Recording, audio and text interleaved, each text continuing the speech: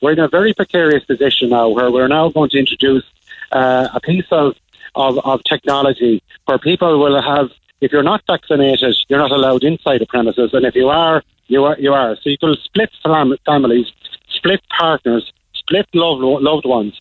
This is totally the wrong place where our country needs to be going. Okay, let's stop and talk on that for a few seconds if you have the time, because this could be quite divisive. In fact, the government have said that it could be more trouble than it's worth. You're suggesting that, because NPHET have said that they'd be okay with people fully vaccinated to go into your restaurants and to go into the inside of bars. Isn't that it?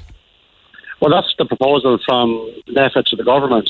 So our counter proposal to the government is, what's the difference in the science and the guidelines in Ireland, across Europe, where it's all indoor hospitality is open. We're now at an outlier. You can jump on a bus or a train and head up to the north of Ireland and head out for night unhindered. You can get a flight from the 19th of July to Spain or Portugal, and Irish people will go in their droves if this is going to be implemented. So we're in a very precarious position. The government is pressing forward, in our understanding, to bring in this new piece of technology or this new regime to allow indoor hospitality to open, considering that other parts of Europe is open, and we're not even talking to looking how they are operating their systems. But this vaccine passport, do you believe that will be, I think you just referenced that it will be divisive, it'll cause an awful lot of anger, particularly amongst those who have only had the one jab, isn't it? It will be extremely divisive and it will be extremely controversial at the moment, and we believe it's illegal under the Equal Status Act. So if you are restricted on goods and services into your premises, you can take a case under the Equal Status Act. So we are very concerned about this.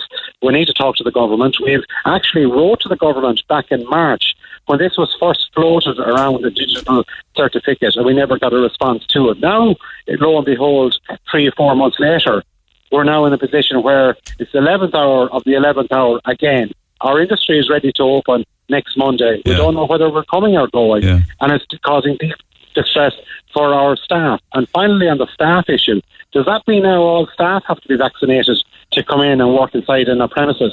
These are the questions that has to be answered, and this is the anger that is vibrating across the country at the moment. That's a very good point, with regards to staff.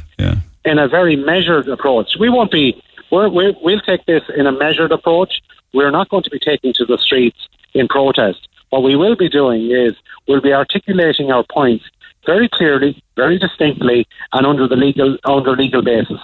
You know, Sam McConkey was saying this morning that, you know, this Delta variant, which is the worry, it doubles every day.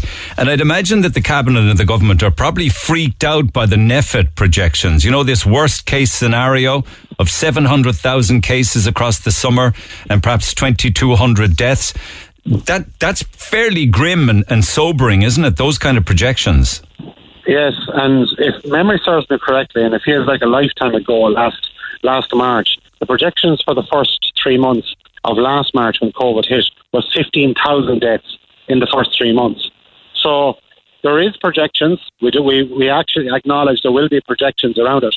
So I'm saying very clearly here now to you, Neil, is that the government now needs to go and cross-examine those projections with the European Centre for Disease Control or to the WHO and get independent analysis of the NPHET projection so that we're all on the same page, that there isn't, let's just say that they didn't get it wrong. And that's what people want to see. We want to make sure that we're doing things right, obviously. We want to protect our country, but we're very concerned that while you're being singled out, we're an outlier across Europe, and we think this is totally unfair and discriminatory what they're trying to do to us. Okay, so 50,000 people would continue to stay out of work and on pub for these weeks or what have you. And the papers this morning... It's more than that, Neil. It's about 110,000 people between pub and EWS scheme when you take in pubs, restaurants and cafes that are waiting to bring back staff. So it's a substantial number of people that are waiting, that their lives are on hold. There's 87,000 people on PUP alone. You have other people on EWS as well. But there is a huge amount of people that's waiting to try and come back to work. Okay, and what does that mean? What will it mean to them if they are delayed? They say that a week in the summer in hospitality in a restaurant is like a month's takings the rest of the year. I mean, will Will it have a devastating effect on them? Some may not open at all.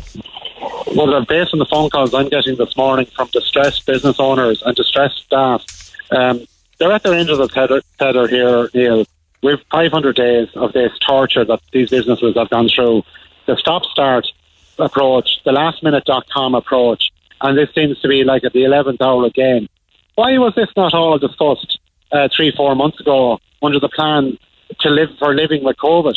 Now we seem to have, at 1 o'clock in the morning last night, NEFIT, the government have now decided to press on with a digital certificate for our industry. Was this not, and what else is in the background that's going on within NEFIT that we don't know about yet? Okay. So these are the questions that we want to see and we want to get answered. Okay, my friend, I'll let you get on with it then. Thanks for stepping out. Thank you for taking the call.